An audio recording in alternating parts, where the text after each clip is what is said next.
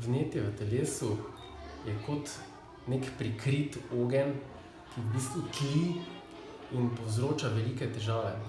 V prvi fazi, v bistvu, s čim se jaz najpogosteje srečam, je to pri preobrazbi telesa, se pravi težave z izgubo maščobe, predvsem zmanjšanjem trebuha, ampak glavni vzrok tega dalj trajajočega prisotnega vnetja v telesu pa so zdravstvene težave.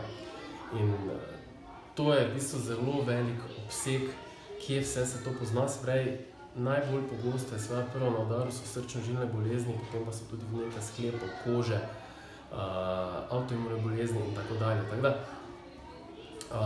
to vnetje, torej če je akutno, to, kar se zelo pogosto zgodi ob kakih poškodbah ali boleznih, ni samo po sebi nevarno, saj je v bistvu obrambni mehanizem našega telesa. Problem je, da pride do kroničnega, dalj časa trajajočega vnetja. In to lahko v članku preberete, kako se vidi, kje lahko izveste več o tem, na kak način in tudi kako se tega lotiti. Se pravi, ponavadi je, to lahko recimo na kratko povem, prvi vzrok, kjer se je treba vedno osredotočiti, črevesje oziroma naš celotni prebavni trakt, ki je ogromen organ in ima tudi ogromen vpliv na naše zdravje, naše počutje in tudi na stanje vnetja v telesu. Tako da, preberite članek, vprašanja so dobrodošla. Če bo kdo kaj hotel vprašati, kot sem rekel, napišite spodaj in bom z veseljem odgovoril.